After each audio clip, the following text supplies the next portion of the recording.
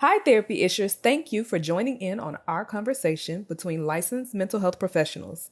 This is not meant to substitute a relationship with a licensed mental health professional. Should you become triggered or begin experiencing a mental health crisis, please go to your nearest mental health hospital, emergency room, or dial 911 or 988. And always remember, we are human first and therapist second.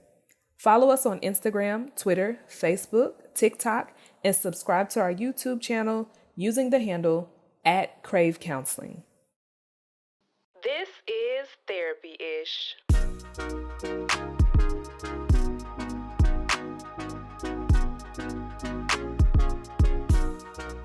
All right, so thank you guys for another episode with Therapy-ish.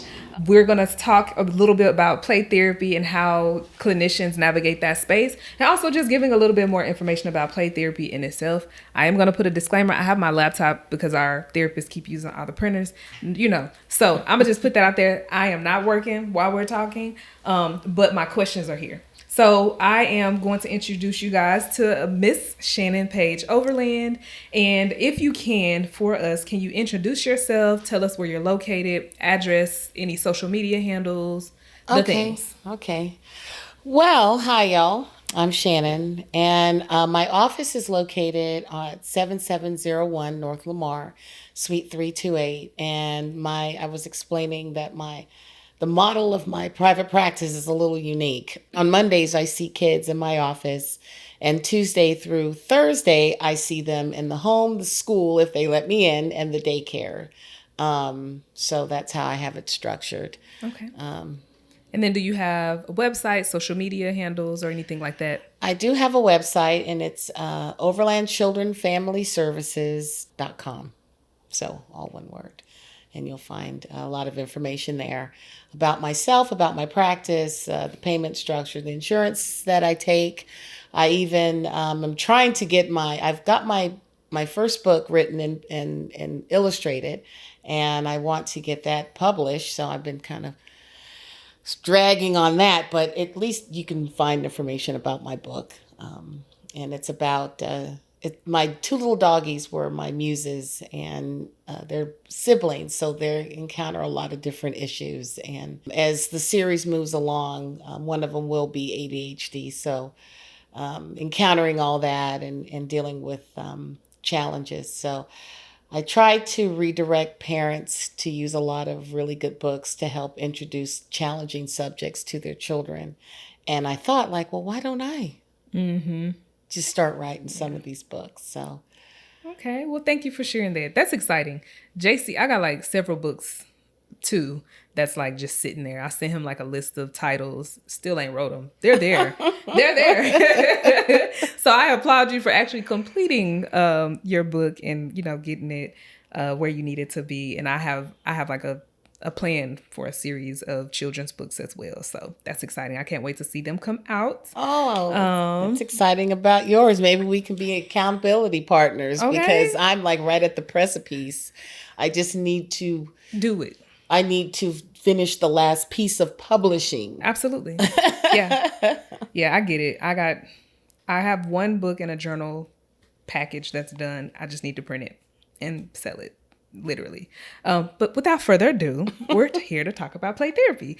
Oh, I'm sorry. I also have a Facebook page. Okay. And that's Overland Children and Family Services, and that's on Facebook. So. Okay, perfect. All right. So what is play therapy? How does it work? Tell us more. Well, play therapy is a wonderful modality because children, that's their natural language. Especially, the age that I deal with, I see kids from 3 to about 12, 13. And during those years, the cognitive development is still going. And especially if you have a layer of a challenge like a divergent type of issue like ADHD or something, then that's even more challenges to be able to reach the child. But play therapy is their natural language. Play is a child's natural language. So I do child directed play therapy, non-directive play therapy, and also directive play therapy when I have things planned for them to do. And I usually do that with my during the week, being a mobile therapist. But when I had my own playroom, I practiced a lot of non-directive play therapy where the child would come in and kind of just, they take different toys and create their own world that they feel safe to be able to process any difficult, challenging emotions or issues. Whereas an adult can kind of just sit and, I've got this problem. This is what's going on with me. A child will be like, I don't know.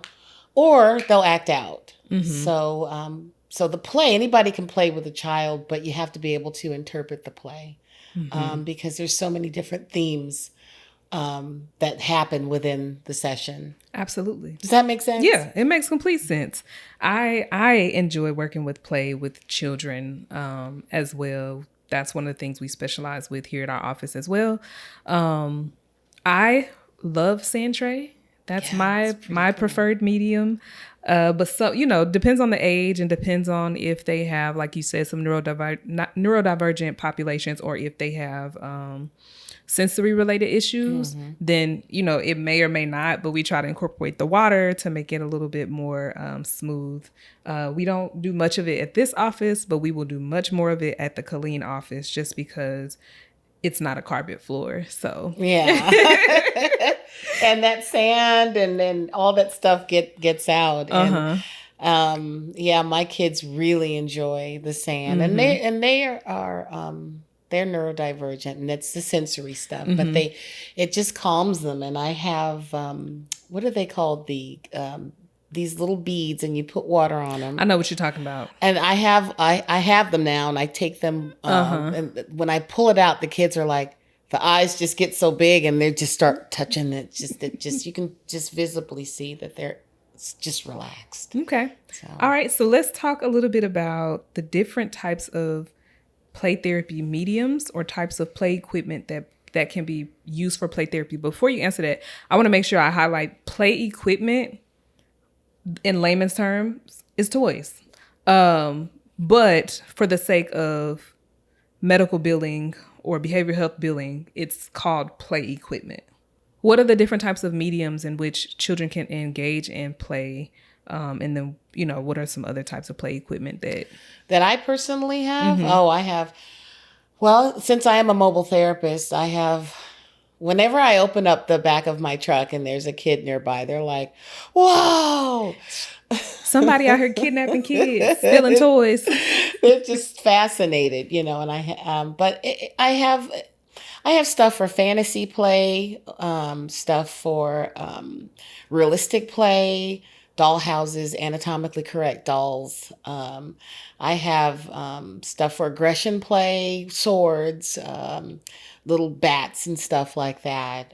I have a lot of stuff. And also I use another modality called TheraPlay, which is amazing, which is based in attachment. So it really helps the parent-child relationship. Okay. And that can consist of some snacks, cotton balls, and bubbles.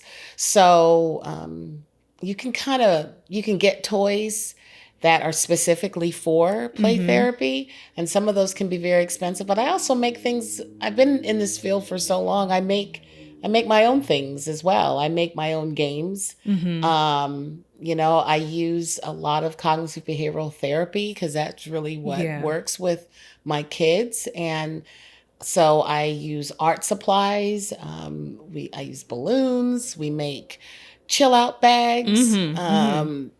So it's like anything that's appealing to a child outside of just the standard toys is what I try to utilize. Okay. And then as far as I think, you talked about play equipment. So play mediums would be the sand tray, would be video, would be art, some of the other dollhouses ways.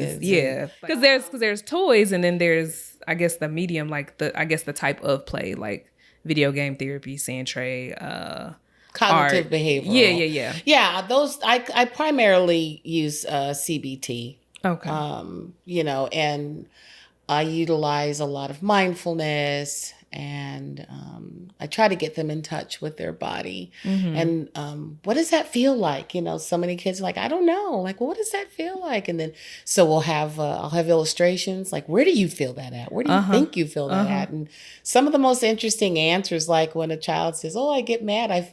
They colored their feet." And I'm like, "What's going on with your feet?" They have flames on their feet. I'm like, "Oh, because I feel my feet. They just get really hot and they want to kick." I'm like, "Okay. All right. I'm glad you were able to connect the two so we don't get kicked in here, okay? Okay.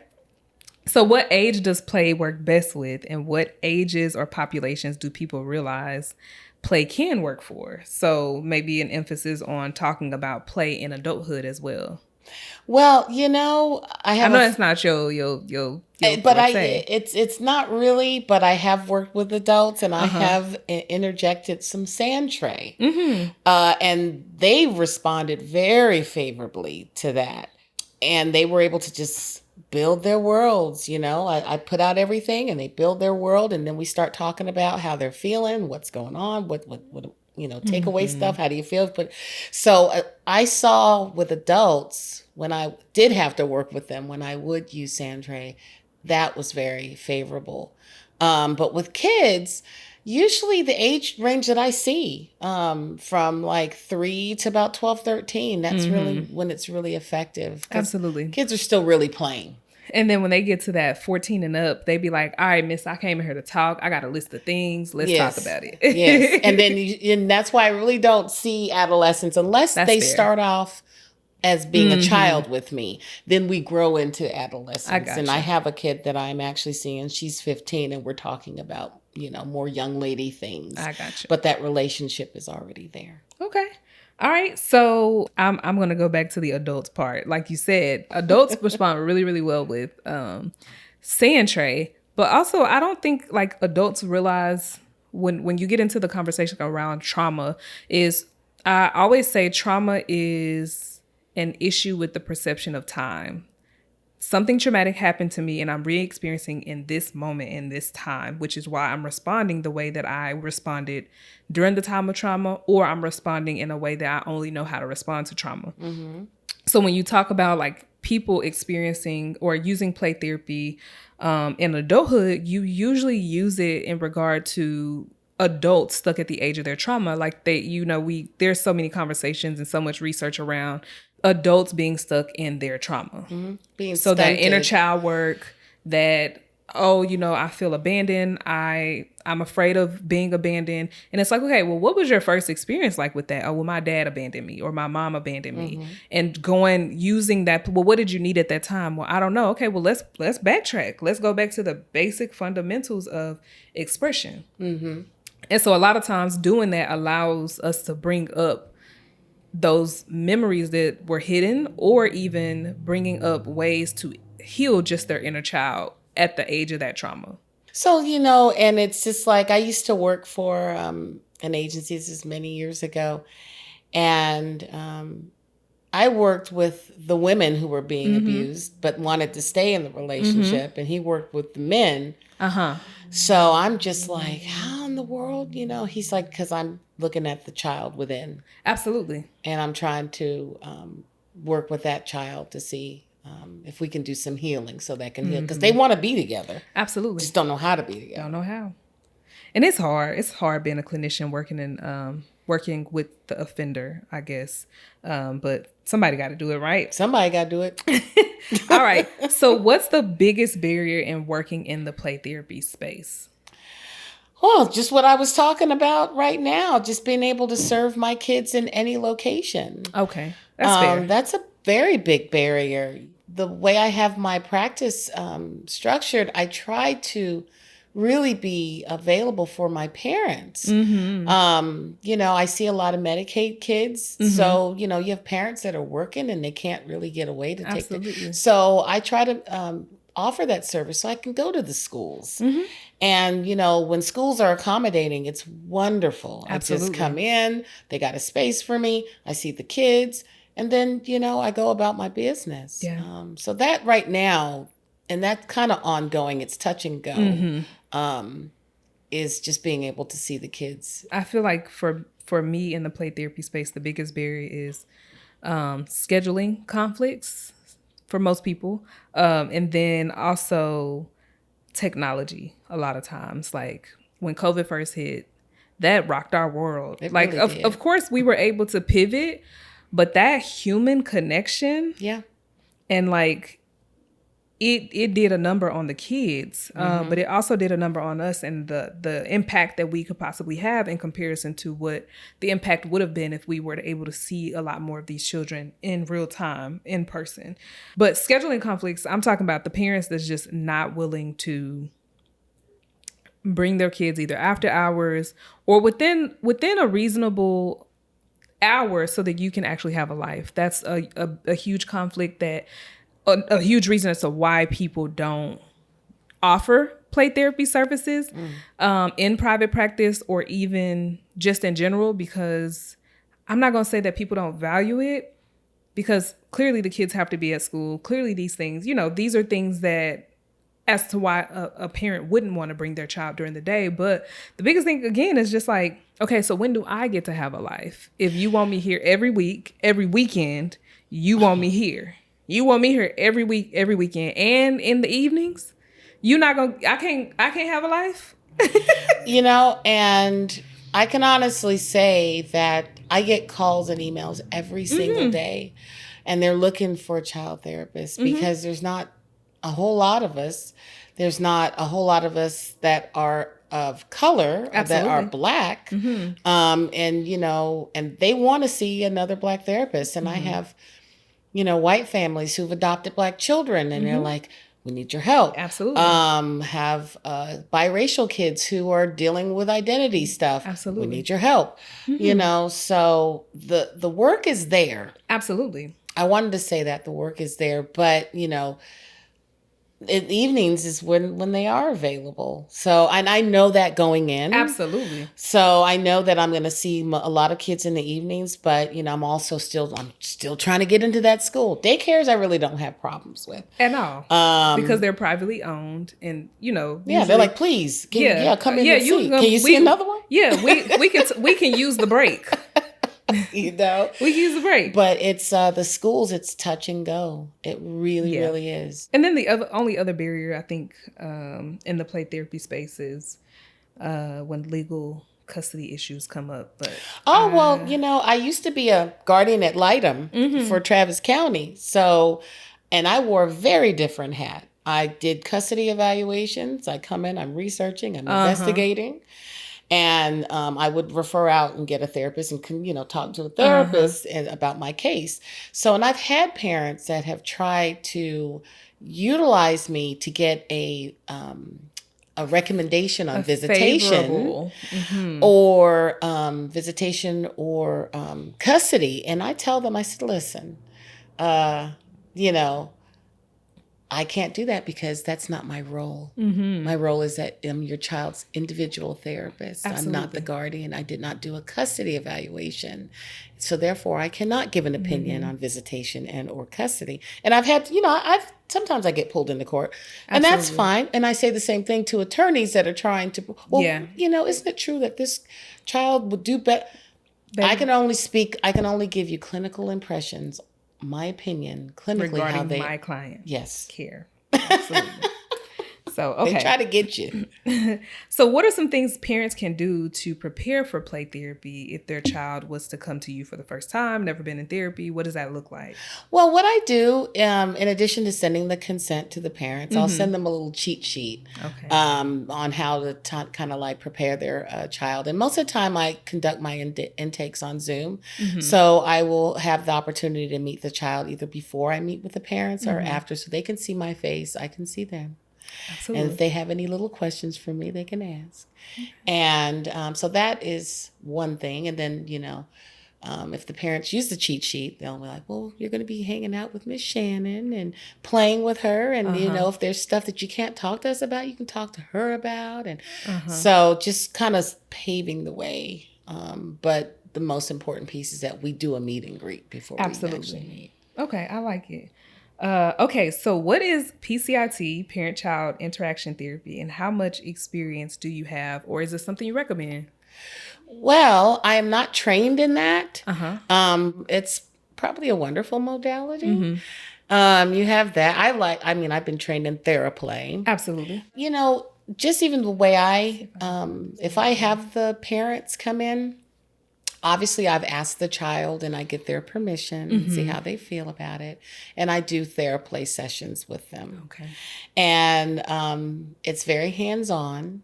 And we play different games that are set up to regulate and to also for attachment. And at the very end, they're holding their child and feeding them their favorite snack. Now, sometimes the child wants it, I'm independent, I can feed myself, but I still want to be here in your arms. Absolutely.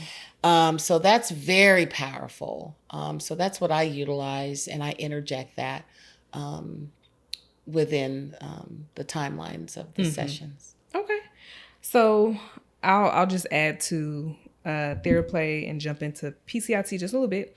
So I like PCIT. I did one training in it. I didn't go through the full certification of it. But the thing that I liked about the training when I did do it was that it is teaching parents how to play with their children.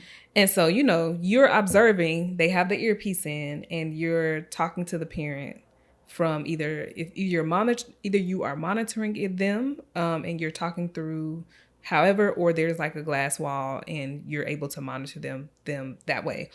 And I like it because there's a lot of people that don't know how to interact with their children. They don't. There's a lot of people that didn't want to be parents to begin with. There you go. It was an accident, baby. I either didn't want to be a mom or I didn't want to be a dad, but hey, I'm here. And so they really don't know how to engage, or they really don't want to engage. And it's like, okay, well, let me help you make the best of this relationship, because you're going to have it for the rest of your life. And that's the one thing I enjoy about it, because it's like, okay, now I can coach you in real time. I don't have to send you home with a list of tasks to do. I can see you do it right here. Now, whether or not you practice it when you leave, I have no control over that. But for the most part, I can see the interaction. So I get to monitor you first, and then I get to give you feedback, and then now I get to coach you. Yeah, and I touch on all that stuff, not so formally. I got you. Like parents will hear from me throughout the week. I give them Absolutely. resources. I'm available via email, like what's going on. And when I do have them in for the Theraplay, I'm coaching real time right there. We'll get closer, and it's okay, and hold the hand, because there's an activity where they take turns lotioning their hands. Something very simple. And while they're doing that, they're maintaining eye contact. And they're telling That's the most each other. awkwardest thing. I know it's awkward, but they're like cringy, but then they get into it. Like they settle down, and it's like, okay, this feels good. And the parents telling the child just these awesome things about them, especially when they've had a rough week, and then the child can realize, wow, mom or dad really does love me, and vice versa. And it's like, oh, wow, I'm not such a bad parent, when they hear that from their child. I like how you take care of me. I love you. You're always there for me. It's a really, it's a beautiful experience. So I gravitated, I guess, more to that. I got you. And I did look into that one, but I'm like, oh, with the earpiece and the glass and all this, seems like a lot going on. It is a lot. It is a lot. It is really a lot. But what you just described is just even more perfect, and it doesn't cost you $10,000 to do that part. Not that training's $10,000. That's just me throwing shade. But the way these training prices be coming across, part. Like $1,300 for what? And people wonder why we charge. A little bit more, because we ain't got to go get these trainings, but we have to do so many continuing education training hours, and we try to do something that is going to be productive to our clientele. But that's an aside. I'll leave it alone. All right, so now we're down to like our last question. So I know you are insurance based, so this may be a question of reference, maybe not sure. So is there any additional costs associated with play therapy? So I know some clinicians use add-on codes for services. So like for those with high deductible plans, there may be an added cost there, but then for other people, not so much. So what's your experience with additional costs? I know some people charge cash-based more for play therapy clients. Well, since that's my whole practice, Like I was explaining earlier, I'm a provider for different insurance companies, but I also have the option for self-pay. And also I have another option because I am so familiar with Travis County family courts and the custody system. I don't accept insurance. If you want me for that, The custody evaluations. I mean, I could do that as well. Okay. But if you want me to be a therapist on a custody case, I don't accept insurance because I know I'm going to get pulled I in got you. court. Yeah. I know, and I can be sitting at court all day, and you're going to have to pay for that time.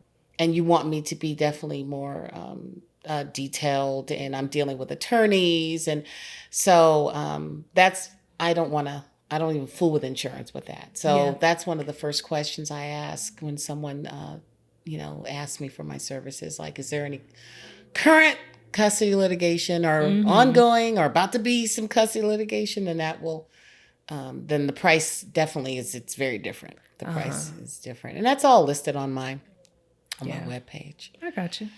Okay. Well, I mean, that was all the questions that I had for you today. Is there any other information you feel like you would want to share in regard to play therapy or? Well, I think it's just a wonderful modality. I just love it, And luckily, a lot of parents I've been working with, they understand the importance of it. Absolutely. And the value. So it's not just, you're just playing with kids, I think I encountered that earlier in my career. Like, he's just playing with kids. I'm really? like, am I just playing with kids? Really? But I think now, because it's so prevalent and I think the modality itself has a pretty good reputation. And there's a lot of research-based information. So that's one of the things. People like, I'm looking for a play therapist. I cannot find a Black play therapist. Listen, oh my God! But that application process to becoming an RPT, I don't know if you did that. I haven't done that. I've just been practicing it for years, going to conferences, taking university courses. So that RPT application process is a beast. And it didn't used to be. When I first... From what I heard, it didn't. You're right. You could have been grandfathered into it. But I moved abroad and I missed the window. Got it. So now they have all these different things and all these extra stuff on. I'm like, look. Because the certifications don't make you. They don't. They don't. It just depends on what you're trying to do. Like, you can still be an effective play therapist without being a registered play therapist. Yeah. That's really all I have for you today. It was exciting talking to you a little bit about play therapy. There's not that many of us out here in these streets. At all. Thank God I have a phenomenal team that actually enjoys working with kiddos. So we do get some of the little ones as well, just like you. I'm excited about it. I'm glad that I was able to actually meet somebody who do play therapy in person. Well, you take adolescents, right? Yeah, we work with teens. So I will send them your way. And we get quite a few families in that age group that you work with that are central. So we usually send them to Ensemble, which is like I mentioned to you earlier before we got started. But now that I know you out here in the neighborhood, there you go. I have you. So, all right. So tell us again about your website and your social media handles, and we'll end. Okay, my website is overlandchildrenfamilyservices.com, and it has about me. I even have like I blog and for the parents and write about different things. My book information when it comes out, and the pricing and the insurances and whatnot. And I also have a Facebook page, and that is Overland Children and Family Services. All right. Well, thank you so much. I want to say I appreciate what you're doing, and you're normalizing mental health care in our community. Absolutely. So I definitely appreciate that, and thank you for having me on. Yes, I'm just so glad to be meeting y'all out here in the neighborhood, because just like you, I'm heads down and I got 1,001 things going on. So I'm just excited that you guys take time out of your day to come up here, because there's no way I can take time out of my day and go anywhere else. So I appreciate you for that as well. So, all right, well, we're going to end on that note. So thank you guys. See you next episode. Thank you.